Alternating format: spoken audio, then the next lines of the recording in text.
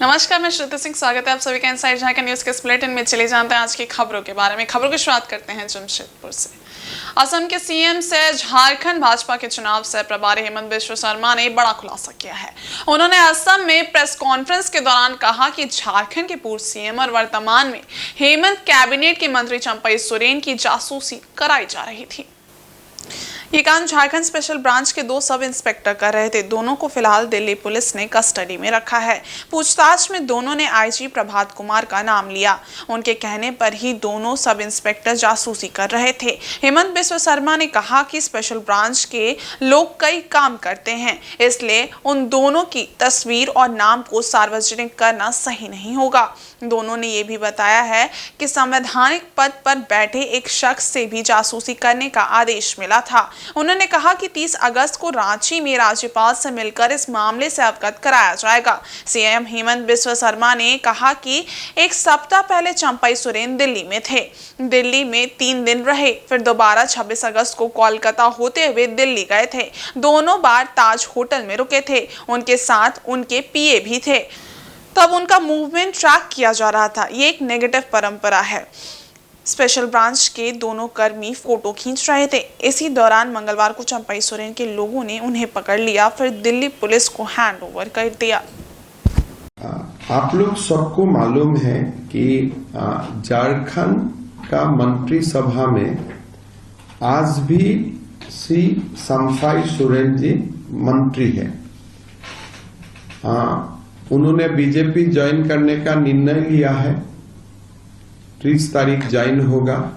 जब तक वो रिजाइन नहीं देते हैं तब तक वो एक माननीय मंत्री भी है और साथ में सब जानते हैं कि वो एक former chief minister of Jharkhand भी है। तो पहले चंपई सोरेन जी दिल्ली गए थे आज से 1 सप्ताह पहले, और उन्होंने दिल्ली में 3 दिन बिताया था। फिर दोबारा 26 तारीख को कलकत्ता होते हुए वो दिल्ली गए थे। तो दोनों बार जब दिल्ली गए थे वो दोनों बार ताज होटल में रुके थे। दोनों बार उनका साथ जो अपना सरकारी पीए भी है, पीएस भी है, आधिकारिक रूप में ही वो ताज होटल में रुके थे। लेकिन काल पता चला कि दोनों बार जो वो दिल्ली गए थे, दोनों बार उसको झारखंड का एसबी उनको फॉलो किए थे। स्पेशल ब्रांच झारखंड पुलिस उनको फॉलो किए थे। एक मंत्री जैसे मैं आज सीएम हूं, अगर केशव महंत जी का पीछे में एसबी लगा देता हूं कि उनका मूवमेंट ट्रैक कीजिए, आप लोग समझ सकता है कि ये कितना एक बुरा और कितना एक निगेटिव परंपरा है। तो कल इवनिंग ये दोनों एसबी का एजेंट को लोगों ने पकड़ा होटल में ही। जब दोनों फोटो खींच रहे थे तो दोनों को चंपई सोरेन जी का जो साथी थे, दोनों लोगों ने पकड़ा और दिल्ली पुलिस को हैंडओवर किया। इधर राष्ट्रीय अनुसूचित जनजाति आयोग ने मंगलवार को मोराबादी स्थित राजकीय अतिथिशाला में रांची जिले के आदिवासी जमीनों से संबंधित मामलों की सुनवाई की। इस दौरान आयोग की सदस्य आशा लकड़ा ने रांची उपायुक्त और एसएसपी को आवश्यक दिशा निर्देश भी दिए।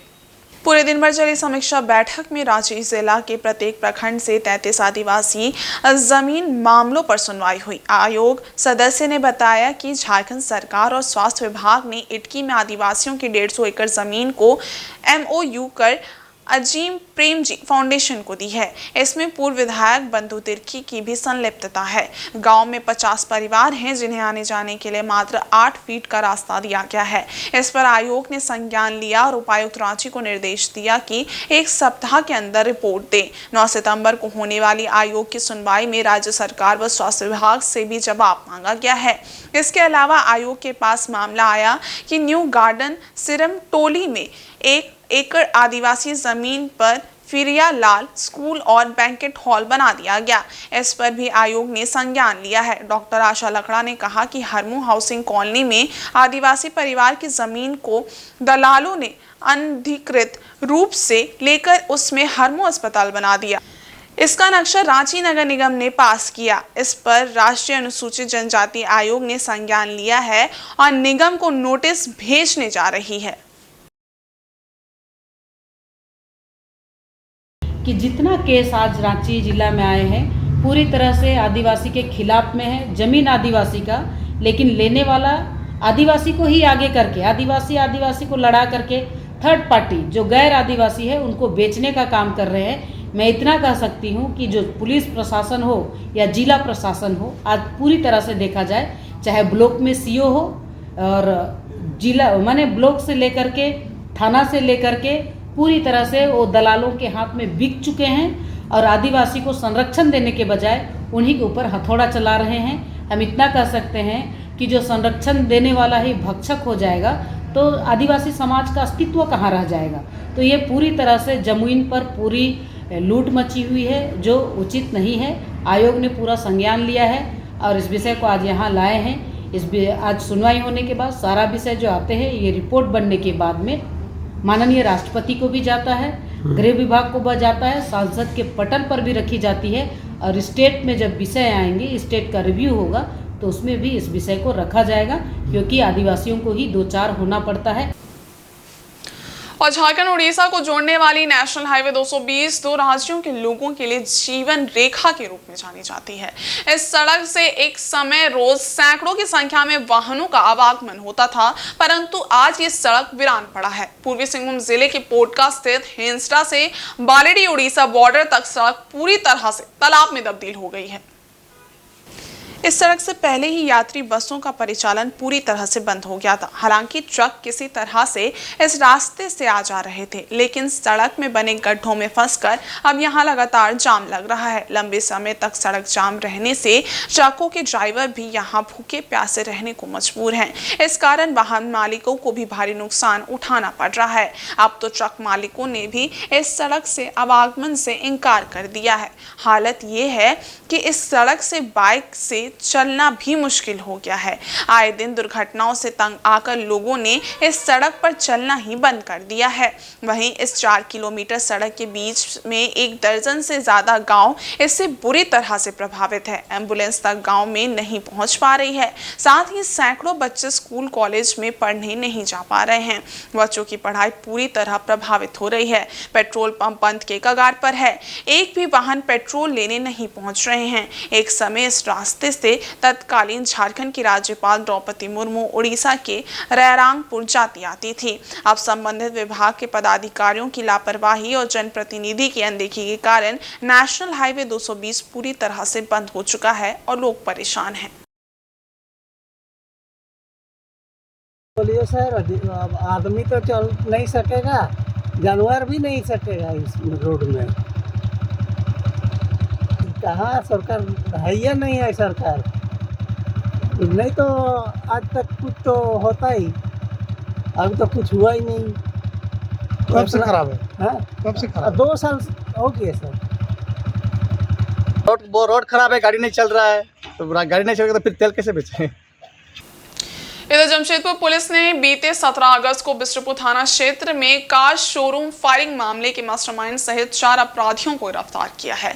सभी को पूछताछ के बाद बुधवार को न्यायिक हिरासत में भेज दिया गया। वैसे इस मामले में अन्य 2 आरोपियों को पुलिस ने 2 दिनों पूर्व ही जेल भेजा है। पकड़े गए अभियुक्तों में प्रभास सिंह उर्फ नन्नू सिंह, अभिषेक सिंह उर्फ पंडित, अमन सिंह उर्फ गोलू और शुभम सिंह शामिल हैं। इस संबंध में जानकारी देते हुए एसएसपी किशोर कौशल ने बताया कि सिटी एसपी के नेतृत्व में गठित टीम में शामिल पदाधिकारियों ने पूरे मामले की गहनता से छानबीन करते हुए घटना के मास्टरमाइंड सहित 3 अन्य अपराध कर्मियों को गिरफ्तार किया है।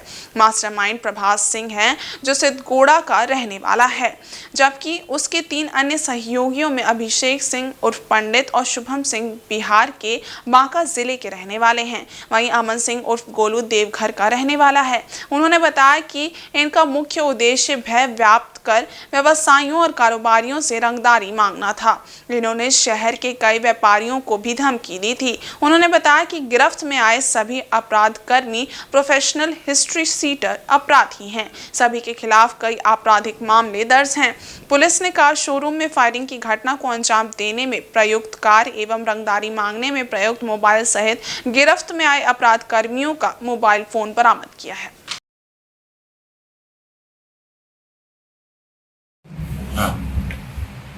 देखिए, दिनांक 17/8/24 को विष्णुपुर थाना अंतर्गत एक कार शोरूम में कुछ अपराध कर्मियों के द्वारा फायरिंग की घटना को अंजाम दिया गया था और उसके पश्चात लगातार विभिन्न थाना क्षेत्रों में कुछ बड़े व्यवसायियों से रंगदारी की डिमांड की जा रही थी। उसी घटना का उल्लेख करते हुए कि जिस प्रकार से वहां पर फायरिंग हुई उसी प्रकार की घटना को अंजाम दिया जाएगा अगर उनको एक रकम जो मांगी जा रही थी वो उपलब्ध नहीं कराई गई।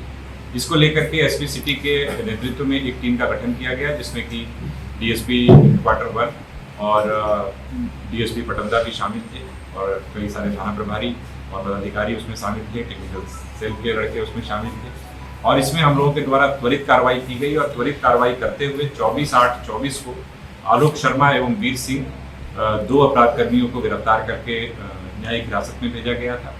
इसके पश्चात पुनः इसमें लगातार पुलिस लगी रही और इसमें जो मेन मास्टरमाइंड था प्रभास सिंह, अभिषेक पंडित, अमन सिंह उर्फ गोलू और शुभम सिंह, इन सभी की गिरफ्तारी पुलिस के द्वारा की गई है जिसमें प्रभास सिंह यही सिद्धगोड़ा का रहने वाला है और पूर्व में भी इसका आपराधिक इतिहास रहा है और बेसिकली इसी के द्वारा ये पूरी प्लानिंग की गई थी और जो भी इंफॉर्मेशन उपलब्ध कराया जा रहा था व्यवसायियों वगैरह के बारे में वो इसी के द्वारा कराया जा रहा था और जिन लोगों के द्वारा फोन कराया जा रहा था किया जा रहा था बेसिकली वो लोग बांका के रहने वाले हैं और उसी इलाके से बांका देवघर के आसपास से ये लोग कंटिन्यूअस कॉल कर रहे थे, थ्रेटन कर रहे थे और पैसे की डिमांड कर रहे थे। तो एक प्रकार से पुलिस ने इसमें त्वरित कार्रवाई करते हुए पूरे एक गैंग का एक तरीके से पर्दाफाश किया है जिनके द्वारा एक भय और दहशत का माहौल शहर में बनाने की कोशिश की जा रही है।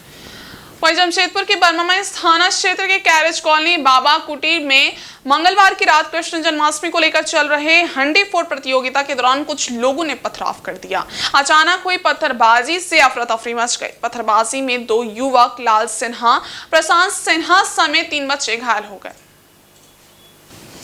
इसे लेकर दोनों पक्षों के बीच धक्का मुक्की भी हुई। इसकी सूचना मिलने पर डीएसपी सिटी सुधीर कुमार समेत बर्मामाइंस थाना की पुलिस मौके पर पहुंची।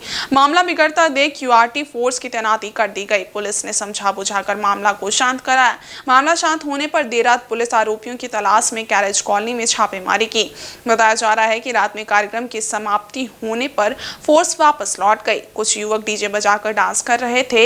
इसी बीच कुछ लोग पहुंचे और डीजे बंद करने की बात कही जिस पर दोनों पक्षों में विवाद शुरू हो गया।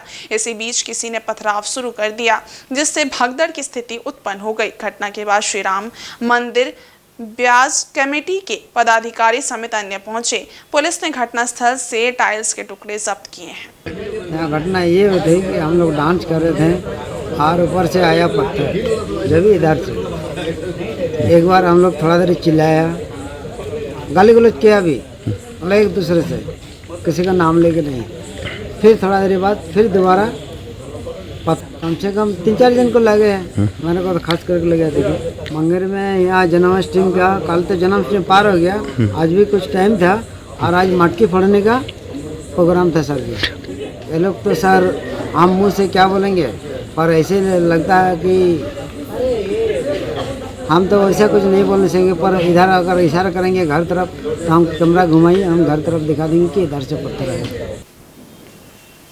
वहीं पूर्वी सिंहभूम जिले के मुसामनी प्रखंड संसाधन केंद्र में 1 दिवसीय प्रखंड स्तरीय ई कल्याण प्रशिक्षण कार्यक्रम का आयोजन किया गया। इस प्रशिक्षण में प्री मैट्रिक छात्रवृत्ति एवं पोस्ट मैट्रिक छात्रवृत्ति के बारे में सरकारी स्कूल के शिक्षकों को बताया गया। प्रशिक्षण के माध्यम से सभी शिक्षकों को छात्र छात्राओं के ऑनलाइन स्कॉलरशिप रजिस्ट्रेशन करने के बारे में जानकारी दी गई। प्री मैट्रिक छात्रवृत्ति के तहत कक्षा 1 से लेकर 10 तक के बच्चों को छात्रवृत्ति दी जाएगी।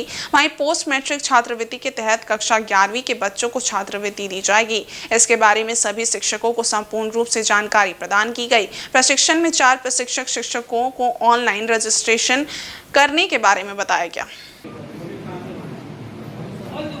लोग वहाँ जो लॉगिन करेंगे ना वहाँ एक बार मोबाइल नंबर का वही नियम है सर, उसका ऑनलाइन कोई उपाय नहीं है, उसको ऑफलाइन आपको बीओ साहब को देना होगा, फिर वहाँ से रांची भेजेगा, वहाँ से आपका बन के आएगा। मेरा नाम है स्वरूप कुमार महांती और बीआरसी से ई कल्याण प्रखंड स्तरीय प्रशिक्षण जो आज हम लोग एक दिया जा रहा, जिसमें से 4 हम लोग प्रशिक्षु है और 2 शिक्षक है, बीआरपी एक सीआरपी है। और इस ई कल्याण प्रशिक्षण में घुमसावनी प्रखंड के सभी प्रकार के विद्यालय के प्रधानाध्यापक जो आयनो कहते हैं, इंस्टीट्यूट नोडल ऑफिसर के नाम से उन लोग यहाँ उपस्थित हुए एवं इस प्रशिक्षण में भाग लिए। तो इस प्रशिक्षण में प्री मैट्रिक स्कॉलरशिप जो कक्षा 1 से 10 तक जो स्कॉलरशिप मिलेगा और पोस्ट मैट्रिक स्कॉलरशिप जो 10 के बाद जो 11 वहाँ वर्ग के कक्षा को मिलेगा। तो 1 से 10 के वर्ग कक्षा से हम लोग यहाँ बुलाए हैं। इसमें प्री मैट्रिक स्कॉलरशिप का जो आयनो नाम से उन लोग आए, जो HM होते हैं यहाँ के हेडमास्टर।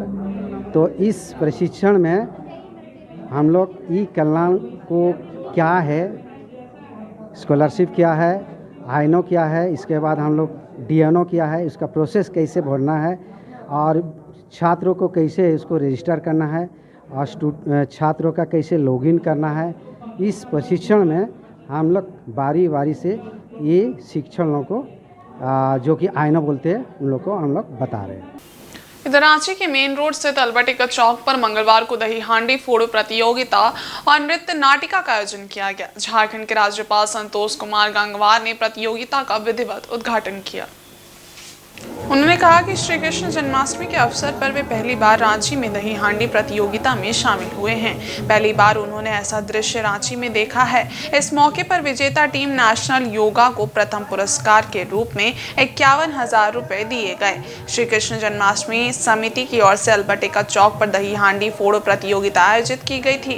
रात 8:30 बजे दीप प्रज्वलित और गणेश वंदना के साथ कार्यक्रम का शुभारंभ हुआ। जन्माष्टमी पर झारखंड के राज्यपाल संतोष कुमार गंगवार ने मंच पर माखन से भरी हांडी को नारियल से फोड़कर दही हांडी प्रतियोगिता का विधिवत उद्घाटन किया। इस उपलक्ष्य पर विशिष्ट अतिथि के रूप में केंद्रीय रक्षा राज्य मंत्री संजय सेठ, कर्नवीर सिंह, CP सिंह सहित कई विशिष्ट गणमान्य मौजूद थे। अतिथियों को पुष्पगुच्छ, अंगवस्त्र और मोमेंटो देकर संजय सेठ, अजय मारू, CP सिंह और मुकेश काबरा समेत आयोजन समिति के सदस्यों ने सम्मानित किया।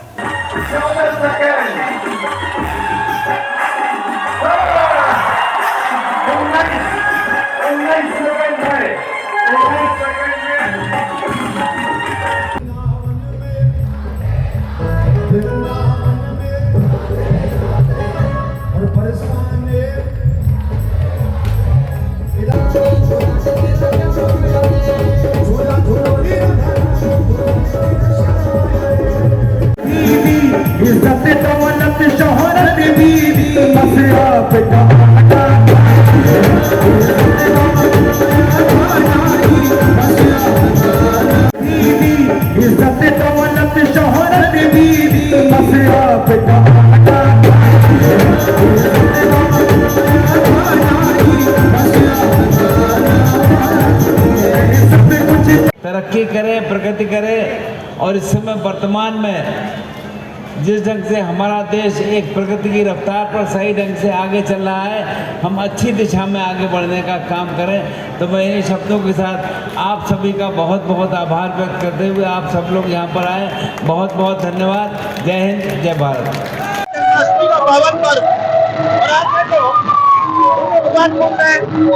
बारिश के फुहारे के बीच में महिला गोविंदा ने सिर्फ 16 सेकंड के अंदर मछली छोड़ी है। और जिस तरह उसका महिला गोविंदा, पुरुष गोविंदा माननीय राज्यपाल महोदय जी संतोष गंगवार जी मुख्यमंत्री थे, और जो उत्साह, अभूतपूर्व उत्साह। आप देखो भजन संध्या हो रही है, जो झांकी सजी है वो झांकी भारतीय सेना को सुपुर्द है। 25 साल कारगिल विजय के थे, उस कारगिल विजय की वो झांकी और कृष्ण भगवान की झांकी सजी है। आप देखो इस पवित्र अल्बर्टिका चौक में दही हांडी का कार्यक्रम शाम 4 बजे शुरू हुआ है, 1:30 तक चलेगा। आप सबको ढेर सारी शुभकामनाएं। और झामुमो से बागी होकर भाजपा में जगह तलाश रहे कोल्हान टाइगर पूर्व मुख्यमंत्री चंपई सोरेन ने झारखंड की राजनीति में हलचल मचा दी है। दिल्ली में अमित शाह और हेमंत बिश्व शर्मा के साथ मुलाकात करने के बाद चंपई का भाजपा में जाना लगभग तय है।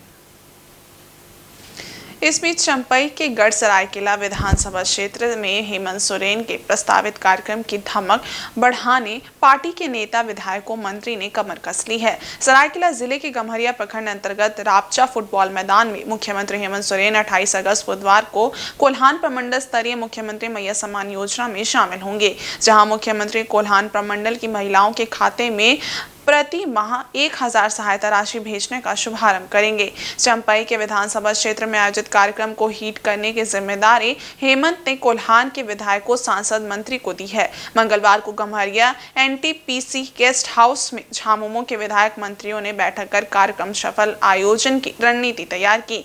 इसके बाद सभी प्रस्तावित रापचा फुटबॉल मैदान पहुंचकर कार्यक्रम स्थल का जायजा लिया। इस दौरान मुख्य रूप से मंत्री दीपक बिरुआ, सांसद जोबा मांझी, विधायक रामदास सोरेन, विधायक दशरथ कागराई, विधायक सुखराम उरांव, विधायक मंगल कालिंदी, विधायक संजीव सरदार, विधायक निरल पूर्ति मौजूद थे।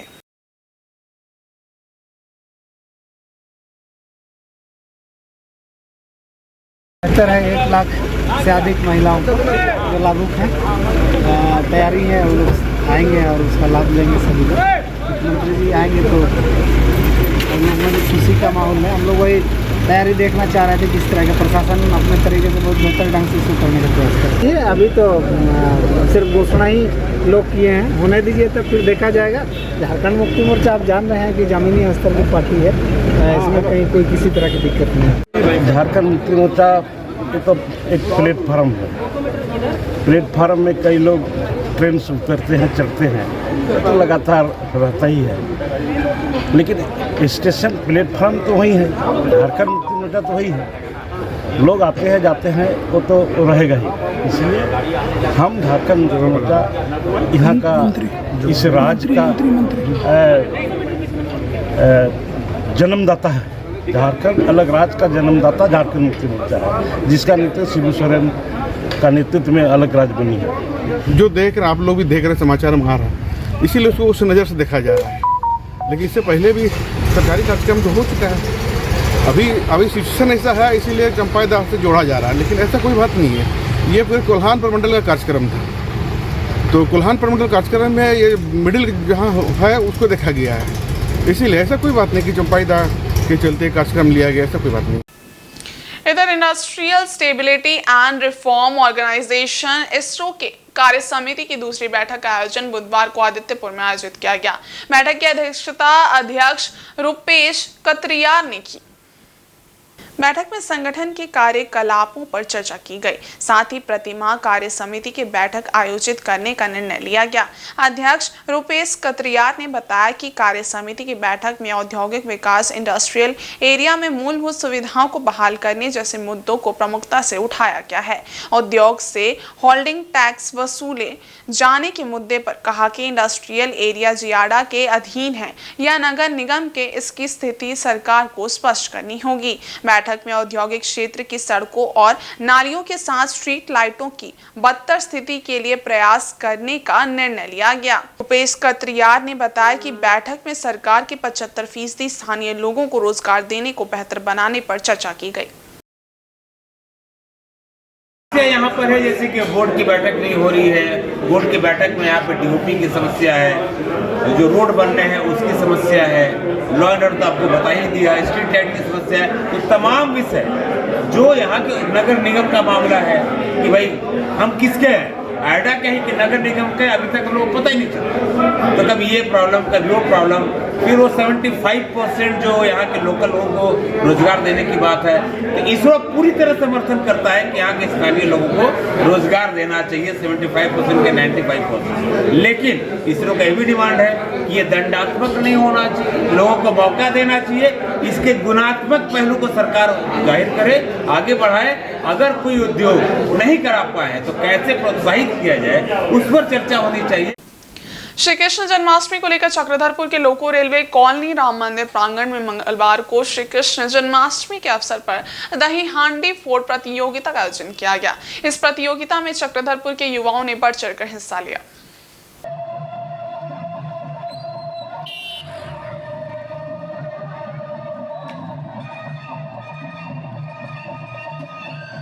प्रतियोगिता के दौरान युवाओं ने दही हांडी फोड़ने के लिए जमकर अपनी ताकत और बुद्धि का परिचय दिया। पूरा माहौल मस्ती के माहौल में झूमता रहा। शाम 7 बजे तक चले इस प्रतियोगिता में प्रथम स्थान सूरजमुखी ने प्राप्त किया, जबकि सूरज गौंड दूसरे स्थान पर रहे और तीसरा स्थान छोटू और चौथा स्थान कन्हैया लाल ने प्राप्त किया। सभी विजेता प्रतिभागियों को रेलवे कॉलोनी लोगो राम मंदिर कमेटी के द्वारा पुरस्कार देकर सम्मानित किया गया। प्रतियोगिता को सफल बनाने में श्रीनू, श्याम यादव, प्रदीप दास आदि का खास योगदान रहा।